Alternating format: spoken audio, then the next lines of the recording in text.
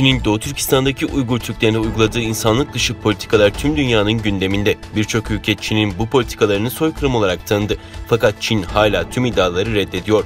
Foreign Policy'de Peter Mattis imzalı ve "Evet, Sincan'daki vahşet soykırım oluşturuyor" başlıklı yazıda da Çin'in soykırım uygulamalarına ve bu uygulamaların belgelerine değiniliyor. Soykırımın derhal toplu katliam gerektirdiği iddialarını reddedebilirsiniz. Hem Çin'in hem de ABD'nin imzacı olduğu soykırım suçunun önlenmesi ve cezalandırılmasına dair sözleşmeye göre soykırım 2 bölümden oluşuyor. Birincisi, aşağıdaki eylemlerden herhangi birinin gerçekleştirilmesi, yani grup üyelerini öldürmek, grubun üyelerine ciddi bedensel veya zihinsel zarar vermek, kasten grubun tümünde veya içinde fiziksel yıkımına neden olacak şekilde grubun yaşam koşullarına müdahale etmek ya da grup içindeki doğumları önlemeye yönelik tedbirler uygulamak veya grubun çocuklarını zorla başka bir gruba nakletmek. İkinci kısımda ise ulusal, etnik, ırksal veya dini bir grubu tamamen veya kısmen yok etme niyetiyle işlenen bu eylemlerden herhangi biri soykırım teşkil edecektir. Soykırımı inkar eden pek çok kişi hayatta kalanlardan, uydu görüntülerinden, medya haberlerinden ve Çin hükümeti politika belgelerinden hala toplanmaya devam eden büyük kanıtların potansiyel olarak soykırım eylemlerinin kanıtlarını gösterdiğini kabul ediyor.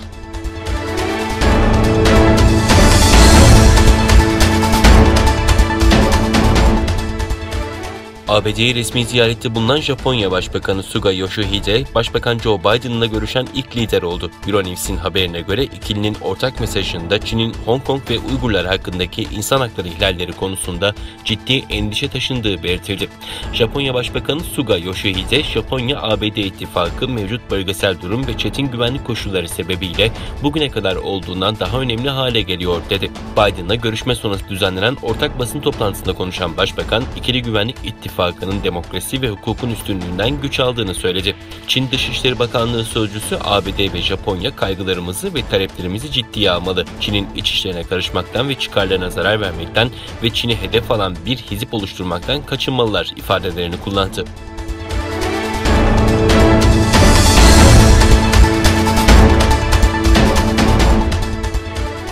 Uygur Akademisi, Kıtatku Bilik Enstitüsü ve Dünya Uygur Kurultayı'ndan oluşan bir heyet CHP lideri Kemal Kılıçdaroğlu'nu ziyaret etti. 16 Nisan Cuma günü Uygur Akademisi Yürütme Kurulu Başkanı Abdülhamit Karahan, Kıtatku Bilik Enstitüsü Yönetim Kurulu asıl üyesi Doktor Nimetcan Mehmet Yağma ve Dünya Uygur Kurultayı Genel Sekreteri Doçent Doktor Erkin Emet, CHP Genel Başkanı Sayın Kılıçdaroğlu'nu ziyaret ederek Uygurların şu anda karşı karşıya kaldığı Çin'in kültürel asimilasyonu ve etnik soykırımını anlattı. Ayrıca Türkiye'deki Uygurların çeşitli sorunları ve çözüm yollarını iletti. Görüşmede Türkiye-Çin arasında suçluların iadesi antlaşmasının olumsuz etkileri hakkındaki endişeler özellikle anlatıldı. Kemal Kılıçdaroğlu'nun da kendisi ve partisinin Uygur Türklerinin haklı davasının yanında olacağını ve Uygurların sorunlarını Türkiye'de gündeme getireceğini söylediği bildirildi.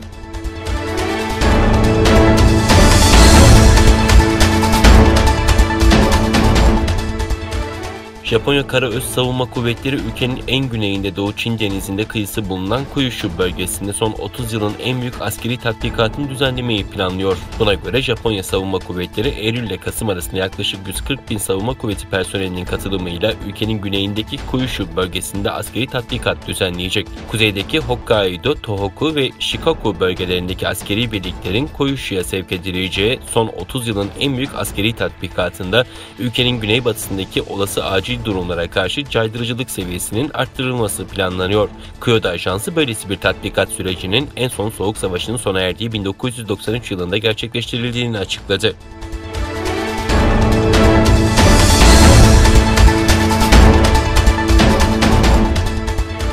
Rusya Federal Güvenlik Servisi'nin Ukrayna'nın St. Petersburg konsolosluğunu gizli bilgiler temin ettiği gerekçesiyle gözaltına aldığı bildirildi.